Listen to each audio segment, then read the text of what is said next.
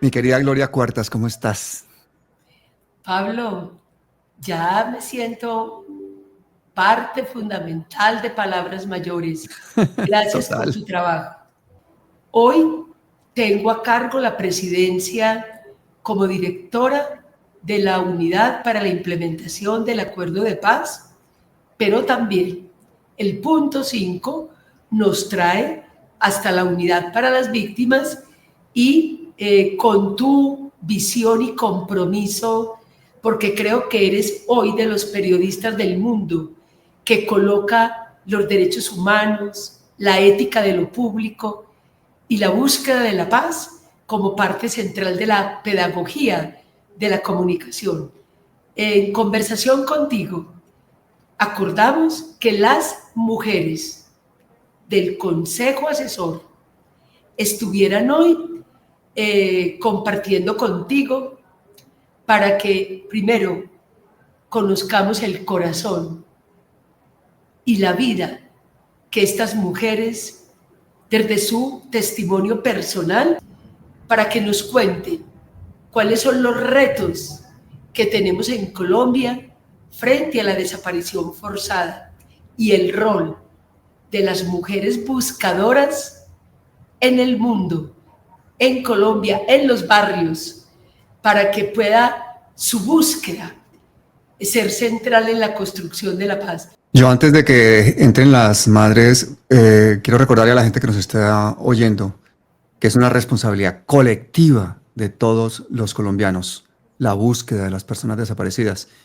Y en algunos de los datos de la unidad de búsqueda, que son escalofriantes, encontré una frase que yo creo que nos podemos quedar con ella. Son miles y miles y miles de desaparecidos, más o menos con la cifra que se maneja en este momento. Si encontráramos un desaparecido al día, necesitaríamos 340 años para encontrarlos a todos. Esa es la dimensión de nuestra tragedia. Vamos a darle paso a las madres. Angélica Vega, bienvenida. Buenos días.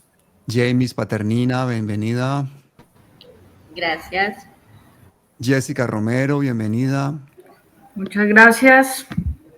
Luz Gutiérrez, bienvenida. Y Adriana Patricia Pérez, bienvenida. Gracias por el espacio. Bueno, Adriana, arranquemos. Bueno, contarles, mi nombre es Adriana Patricia Pérez Rojas, soy del Bajo Cauca antioqueño, soy una buscadora desde hace 29 años, inicié la búsqueda de mi familia en el año 1996, mi padre y mi tío, mi padre de nombre Julio Alberto Pérez y mi tío de nombre Luis Alfredo Pérez, fueron desaparecidos en el Bajo Cauca antioqueño un 16 de mayo de 1996. Estamos aquí en la lucha continua por encontrar a más de 125.000 desaparecidos que hoy tiene el país y en la lucha continua de ser el grito de aquellos que no tienen voz. Mi nombre es Jessica Romero. Me desaparecieron a mi hermano en el año 2003. Mi hermano apareció y se convirtió de una desaparición a un homicidio. Yo no quiero que ninguna de estas mujeres, de esas madres que hoy lloran a sus hijos, sigan sufriendo como lo sufrió mi madre. Mi nombre es Angélica Vega, nací en el municipio de Mapiripán, Meta, muy conocido a nivel internacional por la masacre ocurrida en el año 97. Tengo 3 familiares desaparecidos, 2 tíos en el año 2002, Carlos Vega y Héctor Vega, y mi padre desaparecido en el año 2009. Tuve que ver a mi abuelita morirse sin poder ver a sus hijos por última vez porque nunca han aparecido, llevan 23 años desaparecidos, y después desaparece mi padre, y eso me cambió totalmente la vida. La búsqueda tiene rostro de mujer, porque nosotras somos el pilar de la familia.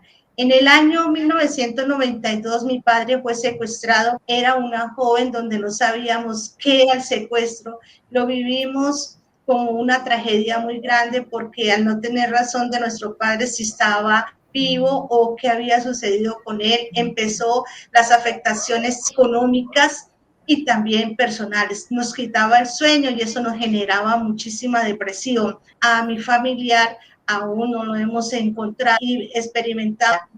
En el año 2003 yo tengo un embarazo de 9 meses y pierdo la visión en ese preciso momento. Nace mi hija y yo ya no pude ver el rostro de mi bebé. Aún pues la siento, la toco, pero no la conozco. Entonces también fue desaparecidos mis sueños a través de esa tragedia tan difícil que viví. Aquí fue donde yo cogí nuevas fuerzas para empezar la búsqueda de aquellas personas con discapacidad, porque mi familiar, mi sobrino que fue desaparecido en el 2004, tenía una discapacidad en una pierna. Yo decía, la forma de encontrarlo es buscando el cuerpo y la señal de la discapacidad de su pierna. Entonces empecé a buscar las personas que les faltara un miembro superior, inferior, o a que si tenían una discapacidad sus familiares en las entrevistas nos dijeran si él podía ver, porque muchas veces hemos encontrado esos cuerpos, pero no, a algunos le encontramos los lentes negros, a otros les hemos encontrado el bastón, a otros hemos encontrado partículas de las piernas, prótesis, a otro le hemos encontrado también la silla de ruedas enterrada junto con sus cuerpos.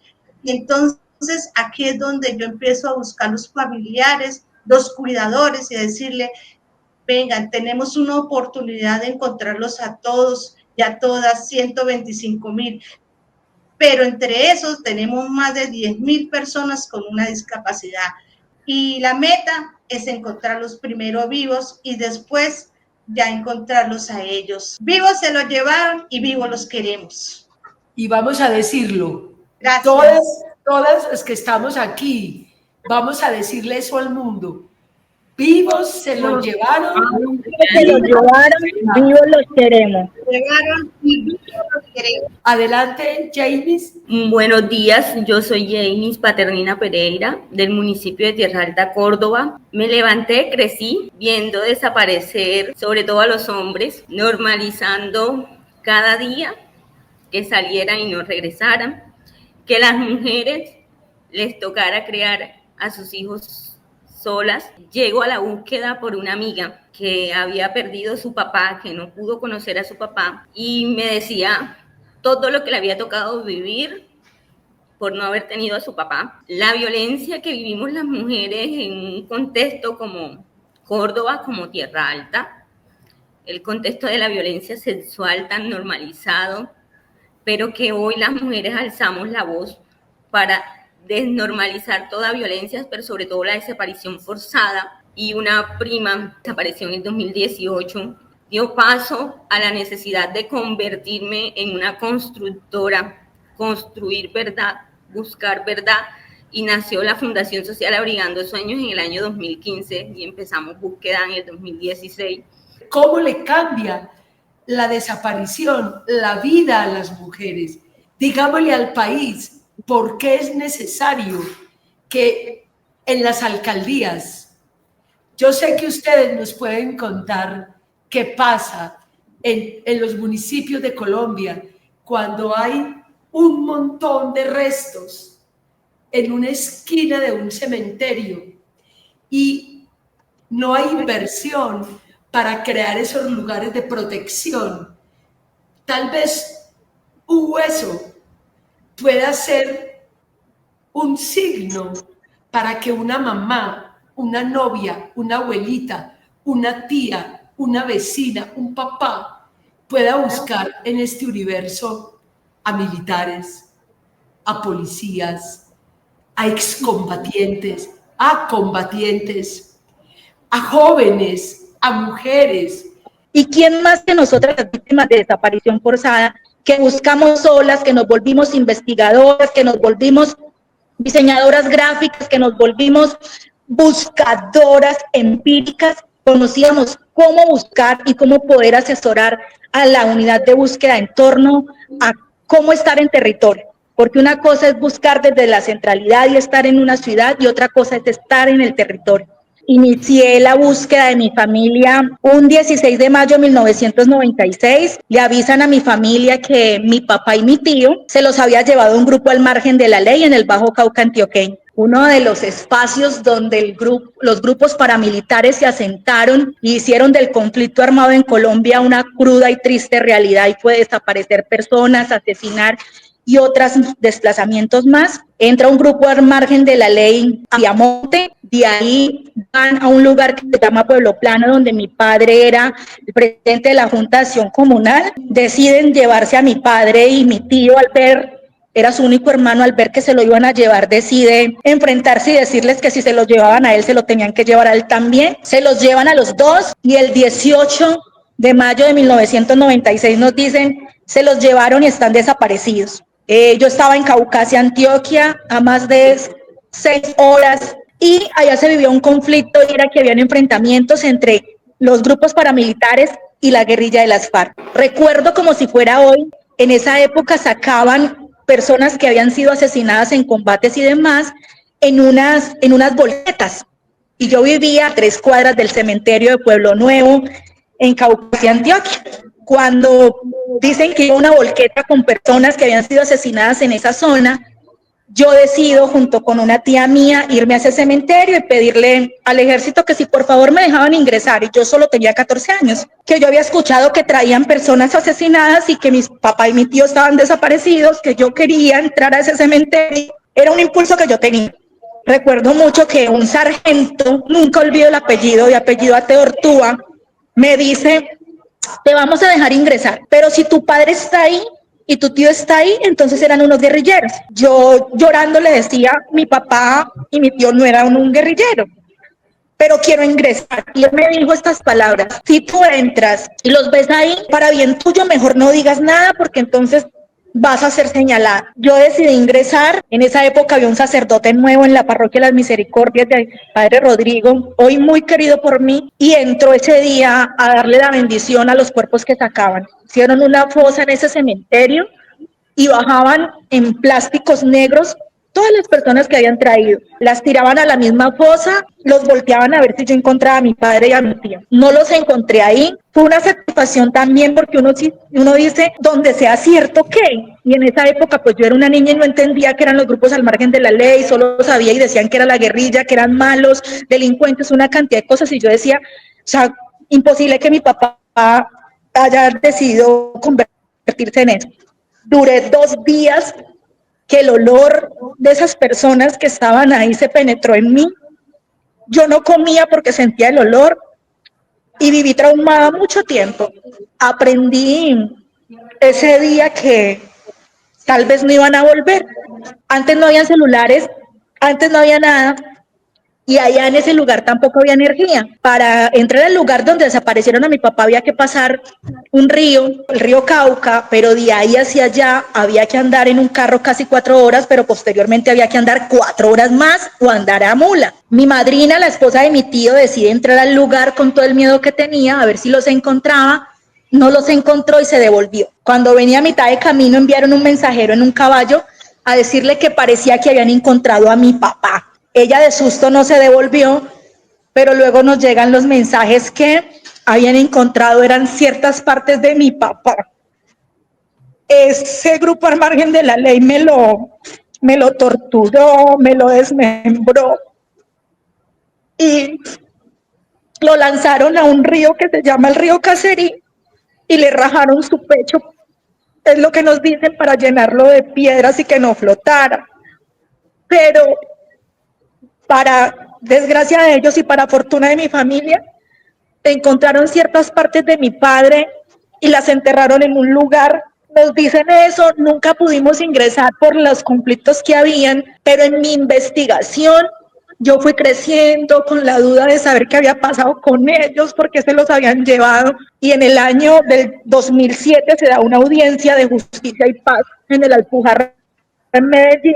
Yo estaba en embarazo de mi primera hija, eso fue un 30 de septiembre del 2007, lo recuerdo como si fuera hoy, porque a mí me hacían cesárea el 3 de octubre. Mi bebé brincaba dentro de mí en medio de la audiencia, leían nombres de personas que habían desaparecido, asesinados, lanzados al río. y nunca escuché los míos. Me dijeron que el fiscal de exhumaciones se llamaba Alvear y me fui hasta su oficina así en embarazo a buscarlo y decirle, ese día me dijo, si tienes un lugar, nosotros vamos por él. Del año 2007 al año 2015, busqué por redes sociales a unos hermanos míos por parte de papá a ver si me podían ayudar. Busqué información de personas que me decían que vivían en la zona. Me volví investigadora. Buscaba en redes, buscaba toda la información que más podía y con lo que me decían yo hacía coordenadas. Un día encontré al fiscal y le dije en el 2015, ya tengo el dato de donde puede estar mi papá. Y ahí aprendí la primer falencia en la fiscalía y fue que ingresamos a la búsqueda con mi padre. Esa vez me acompañó mi mamá.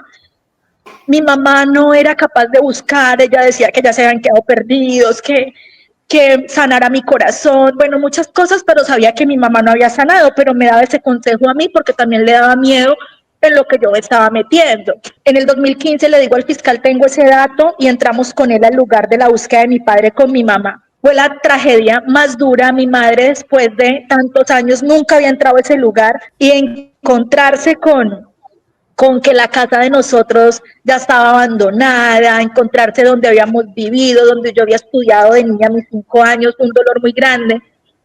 Pero también he aprendido que las sensaciones que sienten los papás y que sentimos los hijos y las buscadoras son clave. Ese día hicieron una fosa, no encontraron a mi padre, caminamos 6 horas de ida, 6 horas de regreso, no lo encontramos, y para mí, yo quería gritar, yo quería salir corriendo, yo les decía, no me quiero ir sin él. Y solo hicieron una fosa y no lo encontramos. De ahí me dijeron, si vuelves a tener información, nos vuelves a buscar. Y así entendí que todo, si no lo hacíamos nosotros las buscadoras, no iba a pasar nada. Seguí consiguiendo información hasta que vi con un señor que vive en Buenavista, Córdoba, y él había hecho parte de las personas que recuperó las pocas partes de mi papá. Para ellos era un premio. Ese fue el grupo paramilitar al mando de Carlos Mario Jiménez, alias Macaco. Para ellos era un premio llevarse en las cabecitas de nuestros seres queridos, y a mi papá me lo habían dejado sin cabeza y le habían cortado sus manos. Conseguí los datos de ese señor que se llama Marcos y fui hasta Buenavista, viajé por 12 horas. Lo contacté, me contó lo que había sucedido ese día, cómo se los habían llevado, cómo los habían paseado por esa vereda como un premio, y me dijo unas coordenadas y yo conservo el mapa que dibujé. Y cuando volví a ingresar me di cuenta que mi papá estaba prácticamente detrás de lo que eran nuestras casas conocidas como Las Tapas, porque a mi papá le decían Julio Tapas. Y con él descubrí una verdad cruda para este país, y que ha sido muy discutida, pero que yo doy fe de que funcionaron así. Él y un hermano mío menor lograron, que ya lo contacté por Facebook, contarme que antes de que el grupo Al Margen de la Ley ingresara a Pueblo Plano a llevarse a mi padre y a mi tío, antes de eso entraban los grupos guerrilleros, entraba las FARC específicamente, que cuando llegaban a las fincas había que atenderlos, gallina, lo que tuvieran había que cocinarles. Y cuando en el Bajo Cauca se dan las confrontaciones entre estos dos grupos, pues entra otro grupo. Pero que antes de que entrara el grupo paramilitar, 8 días antes de la desaparición de mi familia, entró un grupo del ejército. En ese grupo del ejército que ingresó una persona, y eso es lo que yo hoy en día suplico y quiero tener, ya no frente a Carlos Mario Jiménez, sino aparte con él una conversación muy privada, porque yo sí quiero conocer quién fue la persona que ingresó con ese grupo Al Margen de la Ley, ya con un pasamontañas. Antes de que entrara el grupo Al Margen de la Ley al mando de Carlos Mario Jiménez, alias Macaco, entró el ejército. Y cuando el ejército ingresa a esa vereda, en el grupo del ejército iba alguien conocido por mi papá, que era amigo de mi papá, que no hemos podido saber quién es porque pues yo no estaba allá, yo ya no vivía allá, me habían sacado a Caucasia para no ser reclutada por la guerrilla. Mi mamá decidió abandonar el lugar antes de que desapareciera mi papá y nos salvó de ser reclutadas. Ese pelotón del ejército ingresó y estuvo 8 días en esa vereda. 8 días. Mi hermano dice que jugaban con ellos, compartían con ellos, bueno, todo. y que había un señor muy amigo de mi papá y que después de que se va al ejército, a los 2 días ingresa ese grupo paramilitar y con ellos una persona que tenía un pasamontañas y que les iba diciendo si era mi papá o no era mi papá. Inclusive confundieron a mi papá con el abuelito de mis hermanos y tuvieron secuestrados y retenidos a mi hermano y al abuelo de mi hermano y a mí, una hermana mía, hasta que encontraran a mi papá, porque mi papá estaba cogiendo unos cocos en otro lado cuando ellos llegaron. Y que esa persona que estaba con pasamontaña les decía que no era él y que luego posteriormente querían hacerle daño a mis 2 hermanos y que esa persona con pasamontaña les decía que no les hicieran daño. Que, o sea, que prácticamente esa persona con pasamontaña les había salvado la vida. Y que también cuando se fueron a llevar a mi tío, esa persona con pasamontaña les decía, no se los lleven, no se los lleven, que se llevaran solo a mi papá. Y claro, mi papá era el presidente de la Junta de Acción Comunal, era el que cuando si entraba un grupo guerrillero y decía hay reunión, yo quiero que entiendan que en el marco del conflicto armado, no es que la gente hubiera querido en algún momento ser parte de una guerrilla o parte de un grupo paramilitar, sino que muchos de nuestros familiares vivían en zonas donde cada vez que pasaba un grupo al margen de la ley los tenían que atender y que si no los atendían pues también estaban en riesgo. Entonces, esa persona con pasamontañas, yo he sentido toda mi vida que es la misma persona del ejército, amiga de mi papá. Y nunca he podido saber quién es y he vivido con el deseo de saber quién es. Hoy por hoy sé por lo menos un lugar más de dónde puede estar mi papá. Les cuento que cuando Carlos Mario Jiménez regresa al país, recibió un audio porque alguien en la fiscalía lo estaba cuidando y era muy conocido a mí y le manifestó que yo era víctima de él y que quería encontrar mi familia y recibí un audio de Carlos Mario Jiménez. Y Carlos Mario Jiménez ha sido el primer excombatiente de este país que a mí me ha aportado algo para buscar a mi padre, que me ha dado coordenadas a través de personas que todavía aún estaban en la zona. Entonces, llevaba muchos años sin poder saber de Carlos Mario Jiménez hasta el 11 de febrero del 2025, día de mi cumpleaños y martes de Santa Marta. Soy devota a Santa Marta y digo que me coloca todo en su lugar y tuve ese día esa oportunidad de hablar con este combatiente a través de una videollamada y decirle, yo soy esa persona a la que hace tantos años cuando regresaste al país intentó comunicarse contigo. Hoy en día soy una buscadora, soy una líder social y me quiero desprender de lo que yo siento como familiar para que tú le aportes a la búsqueda de este país. No he podido ingresar a la cárcel, sé que hay unos procesos que se están llevando con el comisionado de paz en Colombia, pero a raíz de esta lucha fui invitada también martes de Santa Marta esta semana al cierre de lo que es el cierre del pacto de Realito. Ese cierre es el comienzo de una nueva etapa para la búsqueda en Colombia, para la reparación integral de las víctimas de estos grupos al margen de la ley. Y como buscadora le proponíamos a ellos y le proponíamos al gobierno y a la doctora Gloria la importancia de que nos permitan a nosotros las víctimas hacer parte de esas mesas de diálogo, paz y reconciliación con esos excombatientes. Que no solo sea la voz de la institucionalidad, sino de la voz de nosotras las buscadoras que hemos vivido en carne propia lo que es el conflicto. Con la unidad de búsqueda he entrado a buscar a mi padre 4 veces. Sola he entrado 5 y con la fiscalía he entrado 1. He hecho 16 trincheras y no he encontrado el cuerpo de mi padre porque de mi tío no se sabe nada. Y uno de los grandes dolores es cuando tú entras al lugar por ellos creyendo que los vas a recuperar a una zona en la que para poder llegar tienes que cabalgar o andar a pie por más de 6 horas. Y cuando cavan y cavan y cavan, hay algo que yo he llamado y que he dicho que la gente podrá pensar de que es absurdo, pero ustedes no se alcanzan a imaginar lo que significa cada pala que sale de tierra y que uno durante horas piensa que ya van a recuperar o que algún resto de nuestros familiares va a salir. Y cuando pasan muchas horas y no encuentran nada, el dolor que sientes de saber que te vienes de un lugar y que sabes que está ahí, o sea, yo sé que mi papá está ahí, Lo que pasa es que durante 29 años el contexto de ese terreno cambió tanto, las minas trabajaron y no sabemos el sitio exacto, y que tú te paras y le dices a Dios que te dio una señal, y mi papá a través de los sueños me ha dicho muchas coordenadas. Mire, crean en los sueños de las personas que tenemos seres desaparecidos. A mí mi papá a través de los sueños me ha dado coordenadas, me ha dicho lugares, y sé que está ahí, pero yo me paro y digo en qué parte.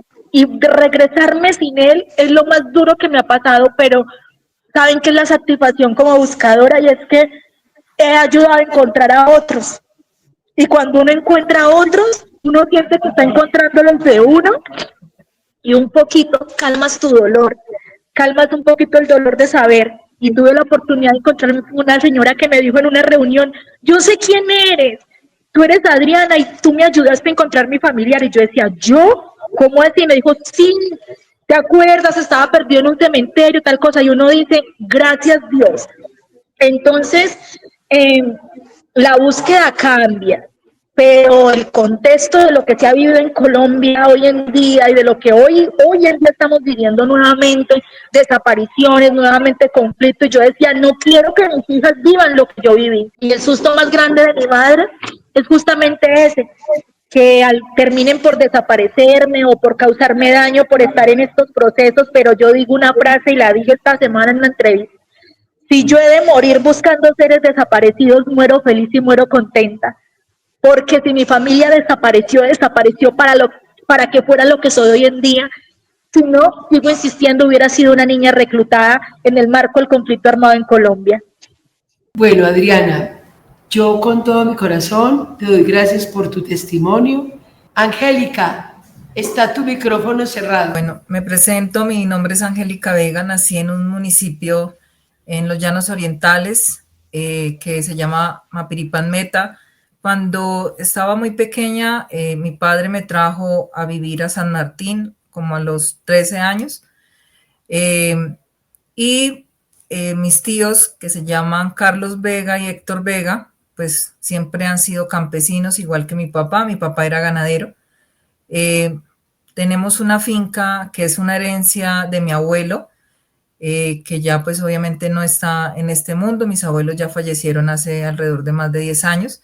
Esta finca es una herencia y pues los hijos son los que pues reparten esto en vida.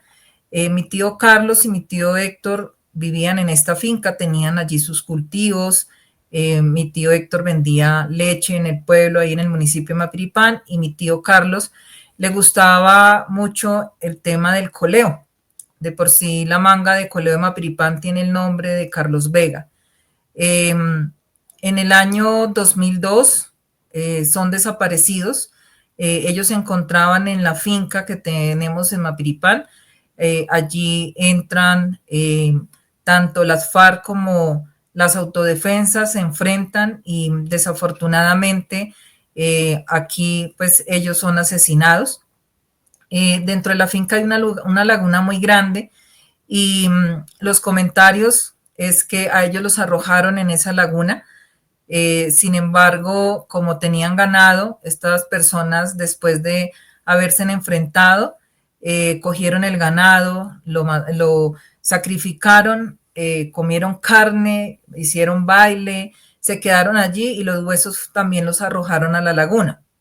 Cuando nos enteramos de que los habían desaparecido, los otros hermanos fueron a buscar a la finca para ver si encontraban sus cuerpos y pues realmente nunca se encontró nada. Siempre esperamos una llamada de pronto pidiendo, no sé, recompensa, algo que nos diera un indicio de ellos, pero realmente no. Mi abuelita pues quedó esperando todos los años, esperaba a que ellos regresaban y nunca volvieron. Entonces, en ese momento yo no sabía qué era la búsqueda, ¿sí? Y sí, obviamente tenía una relación con mis tíos, pero no era como tan estrecha y por esa razón tal vez en su momento no sentí como esa necesidad de buscar. Entonces, después, mi papá fue el fundador de una de las inspecciones de Mapiripán que se llama Guacamayas. Mi papá se llamaba César Hernando Vega. Él llega allí y pone un negocio. En este momento, en este tiempo, que es como más o menos después del año 2005, 2006, era el auge de la coca. Entonces era el único negocio que había allí. Todo el mundo pues lo conoce porque él era ganadero y pues era la única persona que vendía ganado en esa inspección. Entonces, decirles que yo tenía un proyecto de vida que era muy diferente a lo que soy ahora, y en ese proyecto de vida estaba mi padre, porque a él le gustaban las motos y a mí me gustaban o me siguen gustando las motos, y yo estaba estudiando técnico en reparación y mantenimiento de motos porque la idea era montar un taller donde él se iba a encargar del almacén y yo de la mecánica. Ya habíamos mirado una casa en San Martín Meta donde íbamos a colocar este negocio. A raíz de que yo tengo 2 niñas gemelas, ellas nacieron con paladar hendido, su proceso de cirugías tenía que hacerse en Bogotá, entonces tuve que viajar a Bogotá para poder realizarles este procedimiento, y estando acá en Bogotá, pues me avisan que mi padre había sido desaparecido porque hacía más de 15 días mi mamá no se había podido comunicar con mi papá y no se sabía razón de él, y que la última persona que lo había visto era un camionero que le dicen Fuego Verde. Entonces, en ese momento yo le marco al celular de mi papá, no contesta, entonces coloqué una foto, la llevé a RCN para que saliera por los medios donde pues alguna persona nos pudiera dar razón de él, y no, fue en vano. Entonces decidí irme para Mapiripán, pero pues en ese momento digamos que decidí no irme sola. Busqué que algunos amigos de mi papá me acompañaran, salimos desde San Martín en un carro y empezamos como todo el camino hasta llegar a Mapiripán. Antes de llegar a Mapiripán hay muchas veredas, entonces estuve en cada una de esas averiguando por él, pero desde que salí de San Martín me di cuenta que me estaban siguiendo en una moto 2 hombres. Porque cada lugar que entraba siempre estaban ellos atrás. Dentro del trayecto del camino, las autodefensas tenían puntos donde uno cruzaba y normalmente ellos lo hacían detener a uno y pedirle el documento de identificación. En uno de esos puntos que nosotros tuvimos que pasar, nos pidieron documentos, a mí me pidieron la cédula y me preguntaron que yo para dónde iba. Yo les dije que iba para Mapiripán Meta. Me preguntaron que de quién era hija. Le dije que mi papá se llamaba César Hernando Vega. Llamaron por radioteléfono y dijeron, allá va la hija del Cucho. Así le decían pues ellos, porque ya ellos lo conocían y sabían quién era mi papá, porque ellos le cobraban vacuna a mi papá. Y él obviamente pues pagaba su vacuna cumplidamente. Entonces me entregan mi documento y yo sigo el camino. Sin embargo, a lo lejos de la sabana, por el espejo retrovisor, yo le digo al conductor que nos están siguiendo hace rato y la moto venía pues a toda apurada para alcanzarnos. Nosotros en ese momento, los amigos de mi papá, digamos que concibieron la posibilidad de ir armados porque no sabíamos qué podía pasar en el camino, porque cuando les hablo de la sabana es que no hay una casa alrededor, solamente se ve, es la llanura nomás, entonces íbamos temerosos de lo que iba a pasar. Llegamos a una inspección que es la cooperativa, también muy conocida porque hubo allí una masacre muy fuerte, también asesinaron muchísimas personas. En ese entonces estaba recién nombrado un comandante paramilitar. Yo solicité hablar con él y le dije que necesitaba por favor que me ayudaran porque yo estaba buscando a mi papá. Entonces me preguntó que cómo se llamaba mi papá y yo le dije el nombre. Entonces me dijo, claro que sí, venga mañana a las 9 de la mañana y le vamos a colaborar. Entonces fuimos y nos quedamos a las afueras de esa inspección. en una finca de los amigos de mi papá, y al otro día volví. Y cuando volví, este señor me dijo, le doy 1 hora para que se vaya de acá. Entonces, yo le dije, pero si usted me dijo ayer que me iban a ayudar, y me dijo, no, la orden viene de arriba y la orden es que se tiene que ir. Le dije, pero él estaba armado, tenía una pistola en la cintura, y yo le dije, si estuviéramos en igual de condiciones y yo también tuviera una pistola en la cintura, no estaríamos a la par. Me dijo, usted está muy joven y tiene hijos, ¿cierto? Le dije, sí. Me dijo, no busque donde no tiene que buscar y no desafíe su suerte. Me dijo, a veces es mejor dejar las cosas así y no escarbar donde uno no tiene que escarbar. Entonces me senté en una silla a llorar, a sentir que la vida se me acababa porque todo el esfuerzo que había hecho había sido en vano, porque no había encontrado nada, porque en un momento me generó expectativa que me iban a ayudar y no lo iban a hacer. Adicional, yo tengo una hija mayor y pues por toda esta circunstancia la había dejado en Bogotá, y en ese momento pues no habían celulares, sino eran las panelas que les decía a uno en ese momento, que uno se tenía que subir en una montaña para que el celular o esa panela le cogiera a uno la señal. Duraba más de 8 días que no me podía comunicar en la casa para que supieran cómo estaba. Entonces, cuando pasó esto, lo único que quería era como hablar con mis hijas, saber cómo estaban. Y cuando llamo, me dicen que intentaron secuestrar a mi hija mayor. Y ahí fue, creo que lo más duro que me ha pasado es sentir esa sensación de poder perder otra persona, y una persona como, pues obviamente mis hijas. Entonces decido que tenemos que irnos. Llegué hasta Mapiripán y hablé en ese momento con la alcaldesa, que era Maribel, y le pedí ayuda. Le pedí que me acompañaran a la finca porque pues allá en la finca, en Mapiripán, aparecieron las pertenencias de mi papá y quería ir a buscar esas pertenencias, quería saber quién se lo había llevado, y ella me dijo que no.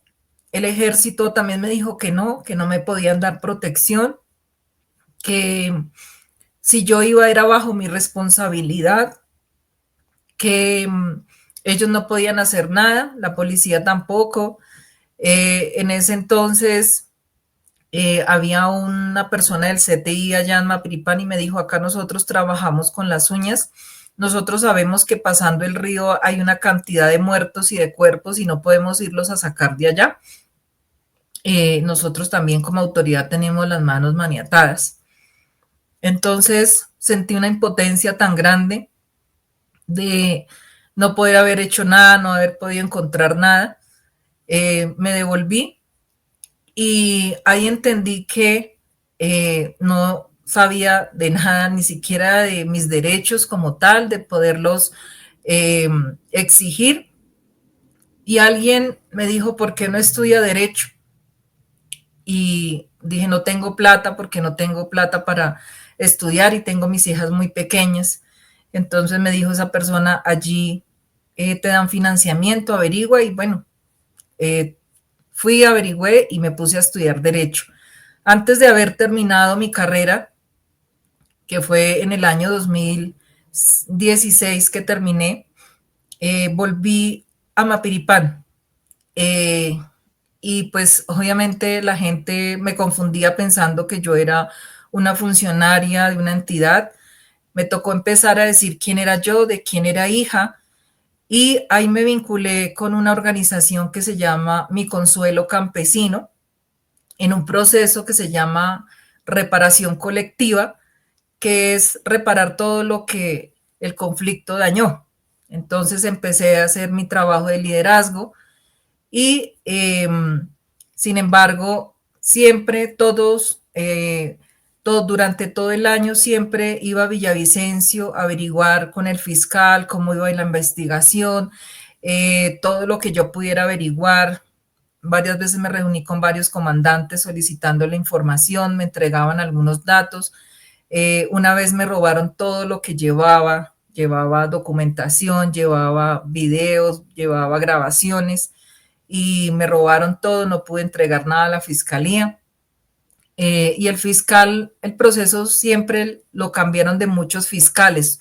Tuvo más de 6 fiscales. A lo último solicité que el proceso lo trasladaran para Bogotá. Y finalmente se trasladó, pero yo siempre he estado en el territorio, siempre he ido.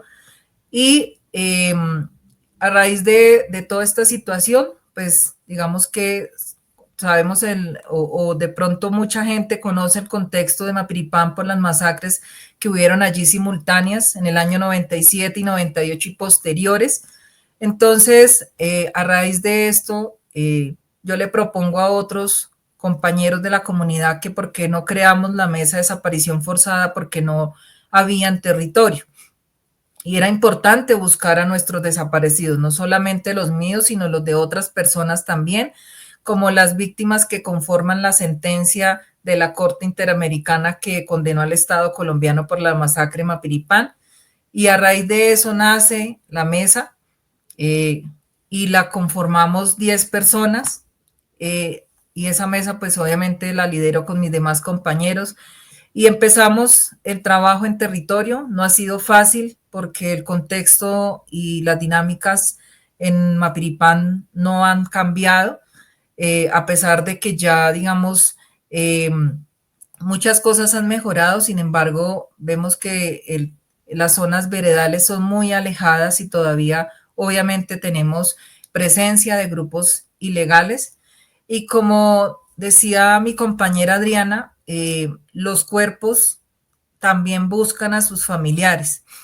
Y yo también le he pedido muchas veces a mi padre que en sueños me muestre lugares, me muestre o me diga personas. Y el año pasado me puso una persona en el camino que íbamos así hablando normalmente y me dijo, ¿usted es la hija del desaparecido? Y le dije, sí, yo soy la hija del desaparecido. Y me dijo, no debería decirle esto, pero tengo un amigo que participó en la muerte de su padre. Y para mí eso fue algo que me cambió mucho. Le pedí a esta persona que me ayudara para que me entregaran las coordenadas del lugar donde enterraron a mi papá. Tuvimos una conversación y él me manifiesta de que a mi papá lo removieron porque en las veces que yo obviamente he estado buscando, he estado muy cerca, me dijo él. El año pasado también tuvimos la oportunidad de ir con la unidad de búsqueda a una finca donde había una importante información que decía saber dónde estaba mi padre y teníamos toda la expectativa de que algo iba a encontrar, se abrieron demasiados huecos y no se encontró nada. Y esa carga emocional para mí fue muy fuerte, la verdad, no poder encontrar nada, ni siquiera un hueso que fuera de mi padre, para mí eso, la verdad, me devastó, sentí ya perder la esperanza de seguir buscando, y le dije a él, ayúdame a encontrarte porque se me están acabando las oportunidades y no sé qué hacer. En este momento, esta es como la luz en el camino que tengo para poderlo encontrar. Estoy en esa labor con esta persona que pues está interesada en ayudarme y entregarme las coordenadas, para generarle confianza precisamente para que me pueda colaborar. Y lo único que yo le he dicho es, no, lo único que yo necesito es que me entreguen el cuerpo, ¿sí? No quiero nada más, solamente el cuerpo. Porque necesito cerrar esta herida que tengo abierta durante 17 años, porque he estado sola, digamos, en el sentido de buscar, digamos, en mi familia soy la única que busca y pues colectivamente, obviamente, mis amigos y mis demás organizaciones también, digamos que me ayudan, pero digamos que ese dolor está ahí latente, el día de sus cumpleaños, el día del padre, todos esos momentos que uno obviamente quiere que estén ahí presentes, pues no están, ¿sí? A veces me encierro en mi cuarto a llorar sin que mis hijas me vean. Siempre las he mantenido al margen de todo esto a raíz de todo lo que pasó y del intento de secuestro de mi hija mayor. Ella no les gusta pues que yo haga esta labor porque dicen que es muy peligroso, que ya no les gusta que yo mantenga viajando, pero es algo que yo no puedo dejar de buscar porque es algo que yo a él le prometí y porque no me va a dejar estar tranquila ni en paz. Y hasta que lo logre, creo que ahí es donde voy a poder cerrar este ciclo, hacer mi duelo, llorarlo, lo que no lo he llorado. Y, y obviamente la unidad de búsqueda ha sido un aporte muy grande porque con ellos trabajamos desde la Territorial Guaviare también, que nos apoyan y nos ayudan. Y como decía mi compañera Adriana, nos hemos vuelto investigadoras, documentadoras, psicólogas, porque así como ha sido de duro el contexto de nosotras, también el de los demás compañeros que nos ha tocado escucharlos y también darles una voz de aliento y también motivarlos a que no fallezcan en su búsqueda. Estar en el consejo asesor me ha cambiado mucho la vida porque conocer las dinámicas del conflicto armado en todo el territorio nacional es diferente. Poder compartir estas experiencias con mis demás compañeras también nos ha nutrido, nos ha fortalecido como mujeres, como consejeras. El poder también incidir en las políticas públicas y en la construcción de paz de un país que a pesar de los años todavía seguimos viviendo la desaparición forzada y que no la normalicemos y que no sea algo que solamente a los demás nos puede pasar, a cualquier persona puede pasarnos la desaparición forzada y esto cambia totalmente la vida de cualquier persona, 360 grados, no solamente por la descomposición social, familiar, personal, amorosa, o sea, esto es una descomposición en todos los ámbitos, ¿sí? Entonces, realmente me ha enriquecido, me ha fortalecido, me ha formado y ha ayudado a otras buscadoras igual que yo también en esta búsqueda porque al igual que nosotras en algún momento se sintieron solas y poderlas acompañar desde este ejercicio también las hace también que se sientan fortalecidas y que sepan que no están solas, que seguimos haciendo la labor hasta el día que Dios tenga para que nos pueda llevar tranquilas. Muchas gracias, Angélica. Que se queda uno sin palabras escuchando los testimonios de ustedes, la valentía. Nos sentimos tan solidarios, especialmente cuando nos damos cuenta que esto que ha sucedido en Colombia, que no son solo 126.000 personas hasta el 2016, es que a partir del 2016 han sido 3.837 personas más. Estamos hablando de más de 130.000 personas desaparecidas, reconocidas por la unidad de búsqueda, que esta es una labor de país, que es una labor que necesitamos para reconstruir nuestro tejido social, nuestra humanidad y nuestra memoria colectiva. Pero para que la gente que no ha sufrido un desastre familiar y personal y afectivo de estos lo entienda, pues tenemos que escuchar estos testimonios de las mujeres buscadoras de personas desaparecidas de Colombia, porque si no, ¿cómo vamos a reconstruir la paz y la dignidad del país? Yo agradezco de verdad muchísimo la valentía y la generosidad, porque no es fácil revivir esto, sobre todo cuando se llevan tantísimos años de búsqueda y de lucha, ¿no? Bueno, no sé si Jessica nos quiere compartir su experiencia, su caso. Bueno, yo soy del norte de Santander, nací en Los Patios, mi nombre es Jessica Romero. Mi caso también es algo muy triste, pues desde muy niña soy hija de una mujer que es en condición de discapacidad. Mi madre arrastra su cuerpo el más de 70% a causa de una poliomielitis. Somos 4 hermanos, donde los 4 hermanos somos 3 mujeres y mi hermano que era el mayor. El mayor me llevaba 12 años. Él era como la figura paternal porque pues nuestros padres nos abandonaron en el momento de nacimiento. Él se convirtió como ese antorcha de la casa, el que nos daba la alimentación, pero llegó un momento de que no conseguía trabajo. Entonces dijo que teníamos que ir al norte de Santander porque le ofrecieron un trabajo.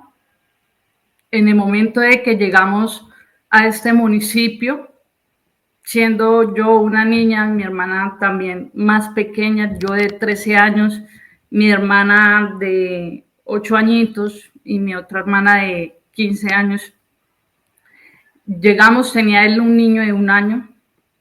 Llegamos a este pueblo y mi hermano dice, nos tenemos que ir porque me acaban de amenazar.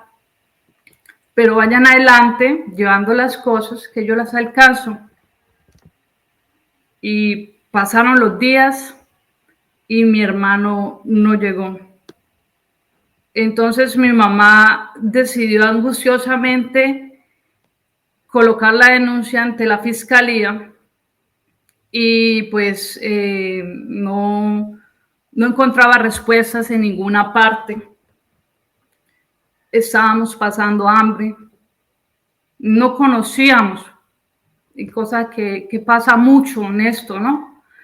No conocíamos las leyes colombianas, no conocíamos que pronto en el año 2003 existía una ley para las víctimas del conflicto armado. No conocíamos ni siquiera la alcaldía, nada. Y pasábamos mucha hambre y mi hermano no aparecía. Es difícil recordar el pasado, es difícil cuando ya pasó muchos años, es difícil. Pero no encontraba respuestas y tal vez esto incomodaba un poquito a la rama judicial, incomodaba un poquito a la fiscalía, que mi mamá tuviera que ir todos los días. Y eso pasa con muchas madres. Todos los días van a la fiscalía, van a la unidad de búsqueda a saber cómo están sus hijos, si ya los encontraron y no encuentran respuestas. Y muchas veces esas mujeres son maltratadas verbalmente, porque para la otra persona es como muy cansón que vayan las madres todos los días, pero la que es mamá es algo angustioso, no saber nada de sus hijos. Esto pasó con mi señora madre. No sabía, no tenía respuesta de mi hermano. Llamaba a los lugares, se dirigió a los municipios donde estaba, tampoco encontraba razón. Se dirigió al hospital Erasmo Meos, que es en Cúcuta, tampoco lo encontró.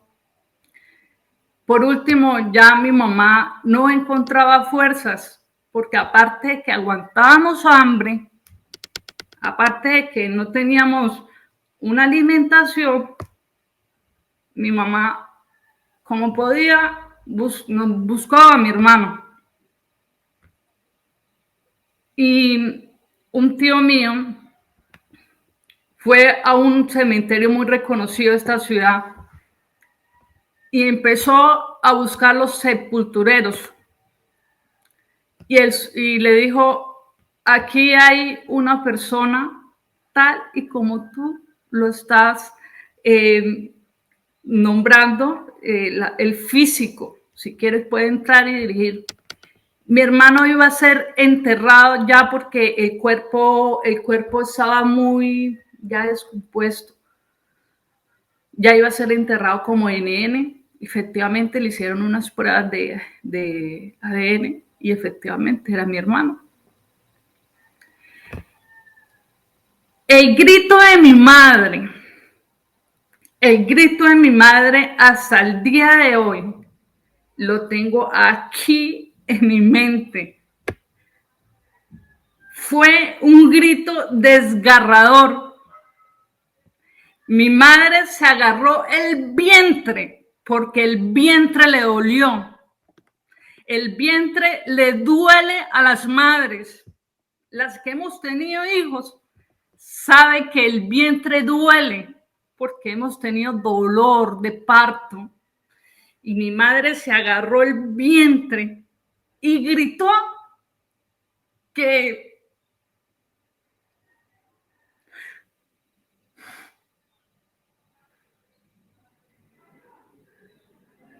toda la gente salió a mirar a mi madre.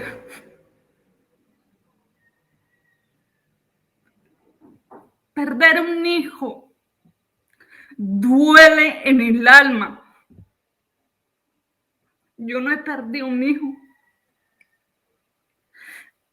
Pero cuando yo veo a las madres caminar por las calles con un letrerito aquí, buscando a sus hijos, dando el nombre de sus hijos,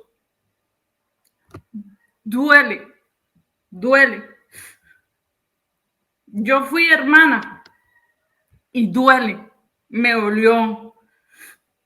Pero las que son mamitas, duele el vientre. A mi madre le dolió el vientre. Si yo fuera hoy en día una persona que dibujara, yo dibujaría a mi madre agarrándose el vientre y gritando. Ese es el dolor que sienten muchas madres. Después no nos querían entregar el cuerpo. Cuando eso habían esos teléfonos antiguos, mi mamá tomó el teléfono. Yo no sé con quién estaba hablando mi mamá, pero mi mamá le habló como cuando Ana clamó ante Dios para que le volviera a su hijo. Así clamó mi madre con voz del dolor, de eso que queda bien adentro. Devuélvame a mi hijo. Hasta el día de hoy, yo tengo esto aquí en mi mente. Y no acabando aquí el dolor, empiezan una persecución con mi familia, donde intentaron secuestrarme a mí. Pero como yo gané de velocidad, no me pudieron secuestrar. Pero a mi hermana, la menor, sí me la secuestraron. Y aparte de eso, sufre abuso sexual.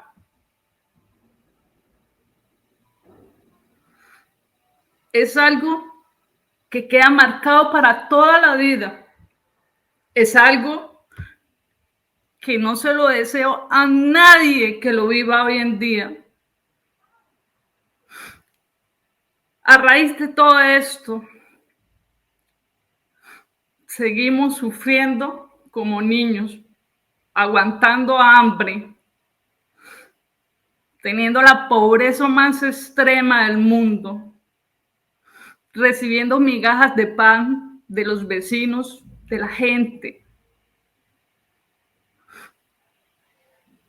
Todo esto me ayudó a mí a formar una organización en el año 2016, donde le coloqué a su vida. Porque a raíz de esto, mientras mi mamá se sujetaba al vientre, yo le decía a mi madre, yo no me voy a vengar de nadie, ni voy a sentir odio por nadie. Yo voy a tejer vidas a través de mi testimonio. Yo voy a ayudar a muchas mujeres y las voy a entender porque esta prueba me va a ayudar a mí a entender a las demás mamitas, a las demás hermanas, a las demás hijas. Por eso cuando una víctima está llorando por su hijo, yo no me burlo de ella. porque ella siente un dolor que tal vez usted no lo entiende, pero hasta que a ti no te pase, no lo vas a entender.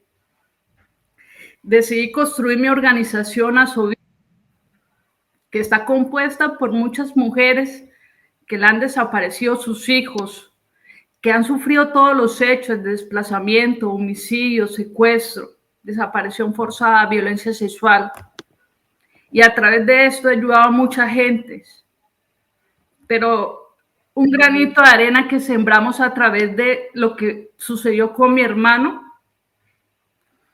es que le dije a mi amigo, mi hermano fue encontrado en tal lado y probablemente en ese lado existan más personas desaparecidas. Yo siento miedo ir a denunciar esto, pero tú que tienes el valor, hágalo. Hasta el día de hoy, en ese lugar donde mi hermano fue encontrado, han encontrado muchas fosas, la unidad de búsqueda. Y puedo decir, cuando yo veo que encuentran, cuando yo veo que entran las madres y ellas no saben nada de mí, incluso en las medidas cautelares están los nombres de mis compañeros, pero cuando ellas encuentran sus familiares, yo digo, hermano, a través de ti y a través del dolor de mi madre, hoy muchas mujeres encontraron a sus hijos. No necesito que me den las gracias. Yo estudio de Derecho, ya me gradué de Derecho hace poquito. Todo lo hago con amor. Desde una tutela gratis para las víctimas de conflicto armado. Un derecho de petición gratis para las víctimas de conflicto armado. Ahorita con lo que estamos sufriendo en el Catatumbo, día y noche con las víctimas de conflicto armado. Cuando se me acerca la gente, estamos aguantando hambre. Yo recordaba lo mismito de niña, que es aguantar hambre. Todas esas pruebas me ayudan a mí, Dios, a sentir empatía por las víctimas de conflicto armado, es sentir amor por las víctimas de conflicto armado. Mi madre, que lloraba la ropa de su hijo todas las noches mi madre agarraba la ropita de mi hermano y la lloraba. Mi sobrino se crió sin papá y hasta el día de hoy fue duro para él no tener un padre. Para mi madre es difícil. Para muchas mujeres es muy difícil. También los hombres pierden a sus familiares. ¿Qué les quiero decir a las personas que me están escuchando? Que esto de la desaparición forzada es lo más difícil que puede vivir un ser humano. Pero aún más difícil es que lo viva una mamá o un papá. Mire, yo tuve en mi asociación un hombre que buscaba a su hijo y se murió de depresión.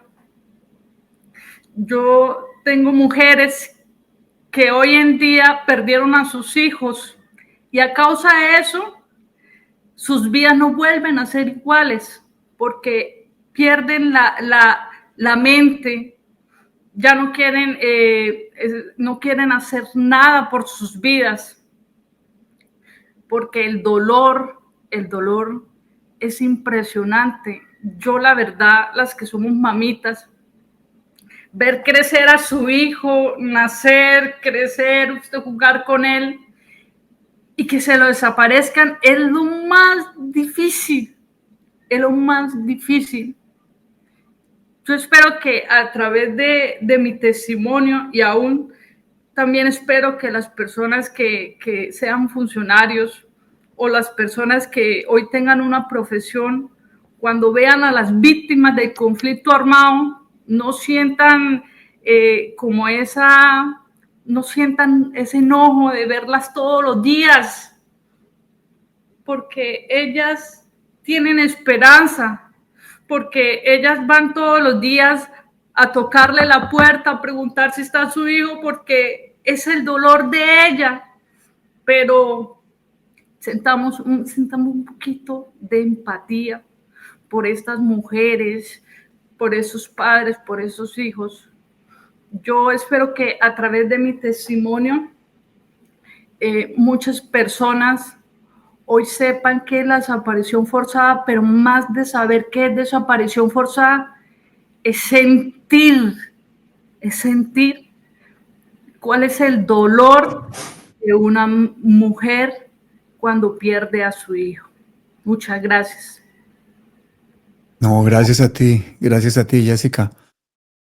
Y es que sí, nos están haciendo ustedes entender a todo Colombia que la desaparición implica que las personas que están buscando prolongan ese dolor, esa agonía, esa incertidumbre, y que las familias empiezan a girar solamente en torno a esto, terminan rompiéndose, empiezan las secuelas psicológicas, sociales, económicas, que se perpetúan hasta que aparece la persona desaparecida. Y por eso es tan importante esa aparición de la persona o de los restos para cerrar el círculo.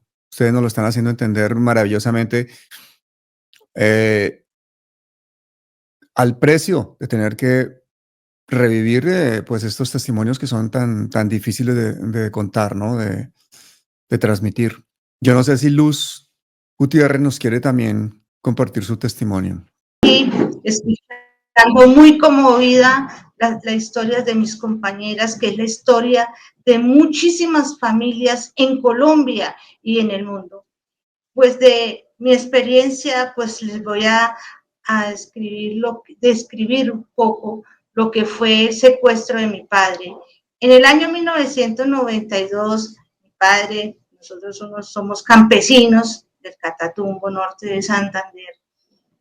Mi padre pues es secuestrado y no sabíamos en ese momento ni qué era guerrilla, ni qué eran autodefensas, no conocíamos ese contexto, que éramos familias muy sanas.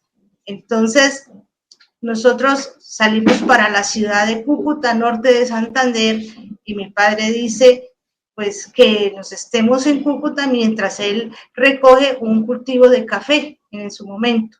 Nosotros estamos esperándolo a él en la casa de mi abuela cuando nos llega una noticia de que mi padre no estaba ni en la finca ni sabían dónde estaba él.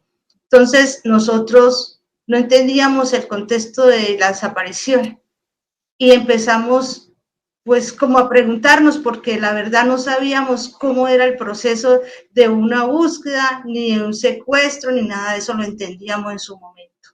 Hay que vivir la historia para poderla saber.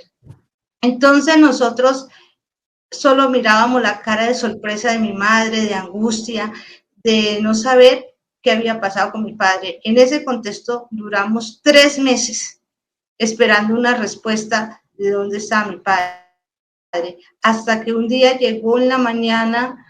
En los 3 meses hubieron muchas cosas que pasaron nosotros. No teníamos sueño, teníamos situación económica porque él era el proveedor de la casa.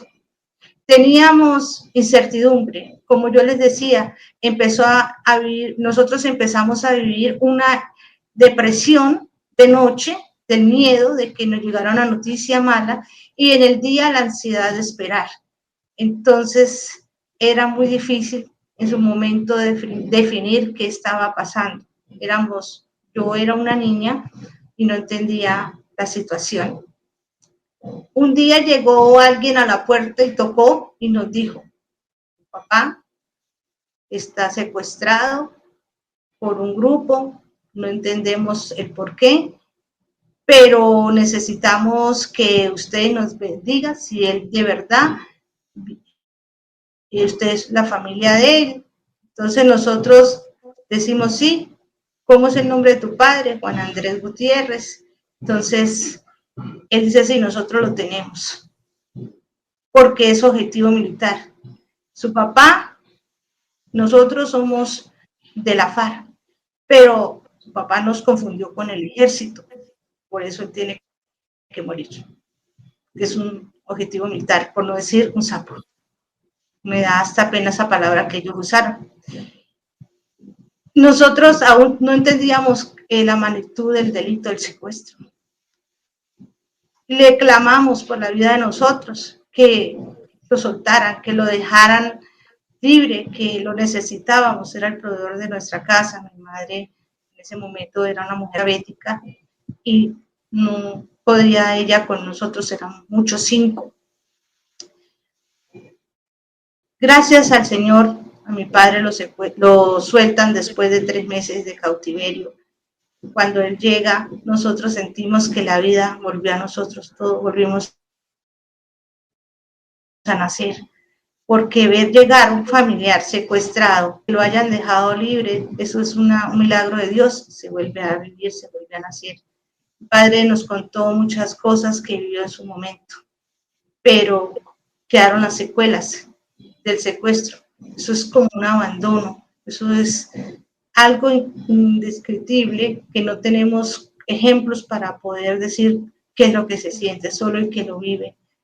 Es importante que las historias las sepan nuestra juventud, nuestros niños, para que no se repitan. Así transcurrieron los años, nunca hubo como una demanda, una denuncia, porque no conocíamos todo el tema de ley. En el 2003, una de mis hermanas, ella tenía a sus hijos y mi sobrino, pues en el Catatumbo, empezó a trabajar de agricultor. Cuando en un momento llega la noticia de que habían desaparecido a mi sobrino, muchacho Fernando Valderrama, empieza él a trabajar desde niño en la agricultura, pero es secuestrado y desaparecido. En el momento también empezamos a vivir la misma incertidumbre del pasado. Y aún pues la sentimos porque no lo logramos encontrar, no lo logramos encontrar por ningún lado. Tenemos la fe y la esperanza, como muchas familias en Colombia, de que algún día lo podemos hallar y podemos al menos vivir el duelo que se siente con la desaparición forzada. Como estas historias de nuestras vidas, hay muchas historias en Colombia. Tengo la historia de madres del Catatumbo, donde a sus hijos son desaparecidos, sus padres son desaparecidos y sus esposos. Esto es una tarea ardua. Por eso yo he iniciado un proyecto llamado Voces que Resisten. Nosotras las mujeres que somos el pilar del hogar, somos las que llevamos esta tarea, aparte de que nos toca sufrir el dolor de la desaparición forzada. También tenemos la tarea de seguir con nuestras familias adelante. Somos el sustento de nuestra familia, somos la fortaleza.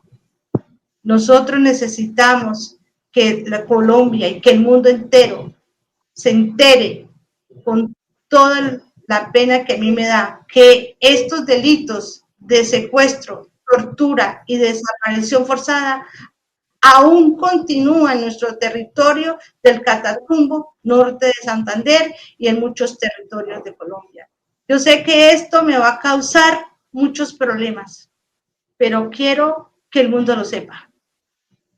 Aún seguimos teniendo desapariciones, aún tenemos niños que nos los arrebatan, nos los quitan de nuestros hogares, jóvenes que nos las quieren llevar obligadas a las filas. Yo, como madre, como ciudadana de este país que amo tanto, que no quisiera irme, sino cuando Dios me llame a su presencia, que quedara un país en paz. Trabajo por la justicia, verdad y justicia de los desaparecidos. Queremos que algún día todos aparezcan. Trabajamos incansablemente a diario con las madres del Catatumbo, con las madres de Colombia y aún los hombres también que son afectados de desaparición forzada, que le han desaparecido sus hijos y sus esposas. Hacemos un trabajo mancomunado o articulado y hacemos la incidencia, buscándolos a diario. También he sido víctima de muchos hechos más y aún soy víctima de amenazas. También quiero decirles en esta entrevista que para nosotras es muy fuerte poder abrir nuestros corazones, que mis hijas han sido víctimas de amenazas porque han intentado reclutarlas. Nosotras ya no sabemos a dónde escondernos y esto nos ha afectado la economía. A nosotras nos ha afectado de que mis hijas no puedan tener una carrera superior porque a dónde vamos que no tengamos estos problemas de amenazas, porque hacemos un trabajo de encontrarlos y de buscarlos y encontrarlos a todos y a todas. Y como yo, habemos muchas personas, pero aquí hay algo que hace la diferencia, que yo represento las comunidades con discapacidad y también los enfoques diferenciales. También buscamos los indígenas, también buscamos aquellas cuidadores y cuidadoras que tenían sus hijos con discapacidad y quedaron desamparados en el Catatumbo norte de Santander. Hacemos un llamado para que el mundo sepa que aquí en Colombia habemos personas, mujeres que buscamos los desaparecidos y que también sé que en la frontera de Venezuela y Colombia también hay muchos desaparecidos. A diario nos llegan familias donde nos dicen, ayúdenos a encontrar 131 una trocha ahí en el departamento norte de Santander, límites con Cúcuta, con Tibú y La Gabarra. Y hay más de 2.000 personas desaparecidas en esas trochas fronterizas. Sé que esto es delicado decirlo, pero si no lo digo ahora, entonces no lo van a saber el mundo. También queremos que sigamos buscando las personas, que hay muchas fosas comunes que aún no han podido llegar porque en este momento están minadas. Hay mina antipersona. Y en este conflicto que se han desplazado más de 60.000 campesinos del Catatumbo norte de Santander, han habido más de 30 personas afectadas por minas. 60.000 personas desplazadas por grupos al margen de la ley. Han habido 200 homicidios del 15 de febrero del 2025 a la fecha de hoy. Entonces seguimos en un conflicto y queremos construir paz, queremos construir una sociedad, pero también es necesario hacer un tejido social y construir paz en nuestras comunidades y decirles que los estamos buscando a todos. Somos las voces de los que en este momento no son visibilizados. Somos el rostro de aquellos que fueron desaparecidos. Sabemos que el secuestro y la desaparición forzada es un delito de lesa humanidad. Por eso llamamos a todas las comunidades internacionales para que nos ayuden, para que nos apoyen, para poder hacer esta búsqueda en Colombia. 126.000 colombianos buscamos hasta el 2016, pero del 2016 para acá tenemos también una cifra escalofriante de personas desaparecidas y tenemos más de 250 personas en el norte de Santander secuestrados y a nivel país aún hay más de 700 personas secuestradas. Entonces este trabajo es bastante grande y es tedioso y no tenemos garantías. A todas se nos arruga el corazón cuando hablamos de nuestros testimonios, pero también tenemos el sentir de nuestra sociedad, que está aún contaminada de grupos ilegales que nos quieren a todos los días silenciar.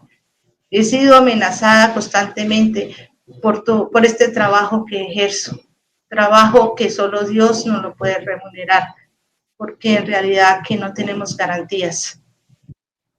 Muchas gracias por escucharme.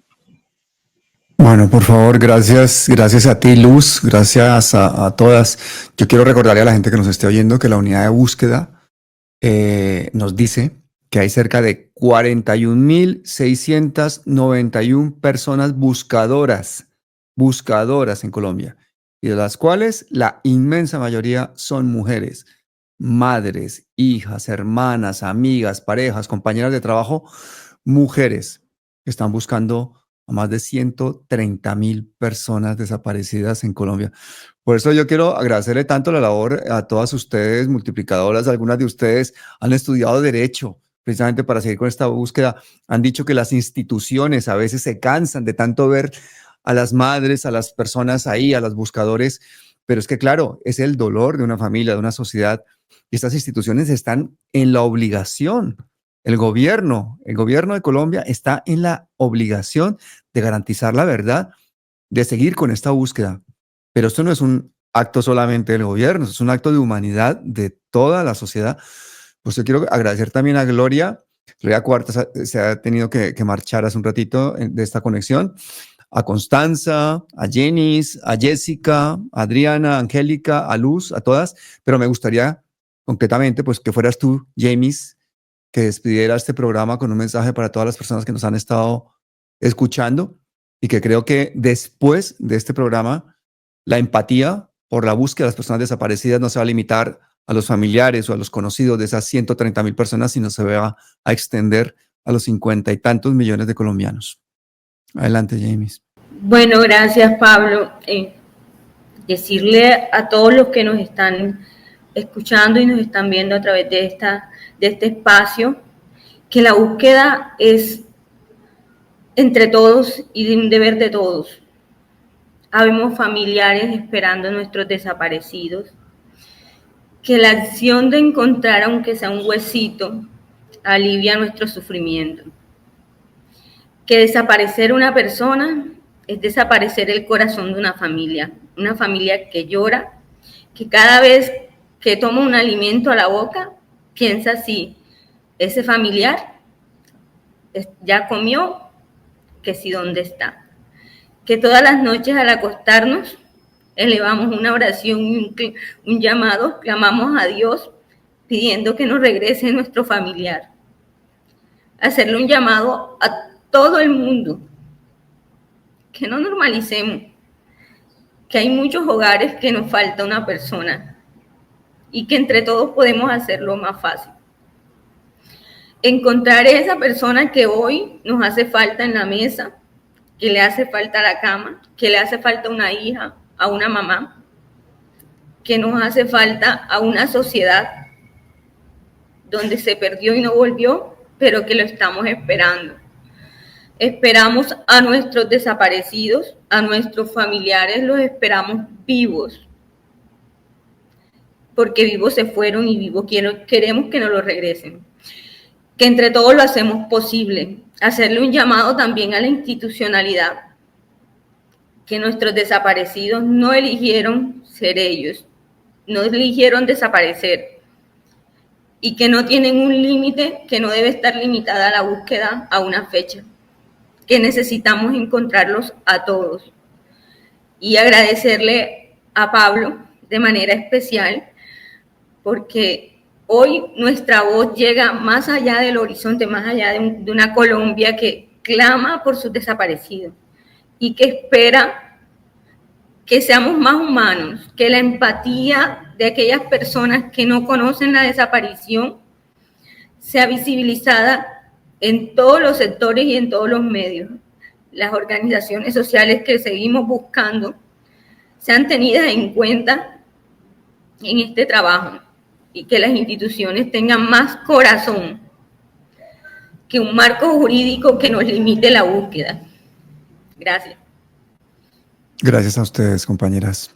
Ustedes nos representan y toda Colombia se va a poner en la búsqueda con ustedes. Muchísimas gracias.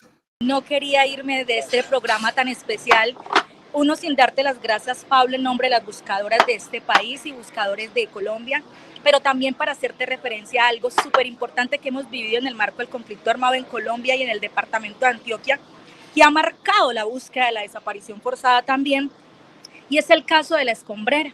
De mis compañeras, las cuchas tienen la razón. De las madres caminando por la verdad, de aquellas que por años y por años y por años le manifestaron a este país y al departamento de Antioquia que en La Escombrera, en la Comuna 13, estaban sus familiares, que han sido la burla de muchos gobiernos, de muchas instituciones, las cuales las llamaban locas, las cuales por años las estigmatizaron, y que el año pasado, cuando a nosotros nos llega a través de redes la noticia de que habían encontrado restos en La Escombrera para nosotras las buscadoras de Antioquia, fue ese grito que la tierra lanzó para decirle al gobierno y para decirle a las entidades del departamento de Antioquia: mis compañeras tienen la razón y allá estaban sus seres desaparecidos. Creo que es importante reconocer esa labor de mis compañeras, esa locura que les han dicho y que nos dicen tener, porque si no fuera porque insistieron y persistieron y resistieron en decir que allá estaban, y en esa articulación con la GEL, la unidad de búsqueda y las organizaciones que hacen parte de Comuna 13 y de La Escombrera, no hubieran podido avanzar y encontrar que habían restos en ese lugar. Pienso que eso ha sido algo que ha marcado la historia de este país y a nivel internacional, y también esa estigmatización que han sufrido por ser las cuchas tienen la razón. Y la violencia que le han ejercido a mis compañeras a través de redes sociales por manifestar que tenían la razón y por pararse enfrente de un gobierno departamental y nacional a decir: nunca estuvimos locas, nunca mentimos y allá estaban nuestros seres desaparecidos. Eso es muestra de que también los sueños se pueden hacer realidad, porque tenemos compañeras como Luz Helena Salas, que siempre a través de los sueños nos decía: he soñado con que allá están. Soñaba con que eran dos personas que encontraban una mujer, y por eso siempre algo llamado a que tengan en cuenta los sueños de cada una de las buscadoras de este país. Y en esos sueños, otra cosa súper importante. Mira, nuestra ley de buscadoras y buscadoras en Colombia, ese fue el grito de las organizaciones sociales que llevaban por años buscando sus seres desaparecidos y que decían: ¿cuándo será el momento en que a nosotros nos van a reconocer ese proceso de búsqueda, que nos van a dignificar, pero que también nos van a proteger en el proceso de búsqueda? Entonces, son cosas fundamentales que han marcado la historia de este país en la búsqueda, y una de ellas, insisto, que para mí ha sido también como un cartón de graduación. Yo siempre he dicho, uno va a la universidad por el título. Yo fui a la universidad por el título de Derecho, porque uno el derecho lo aprende en la calle. Y la graduación de nosotras como buscadoras también ha sido tener nuestra ley de buscadoras y buscadoras en este país.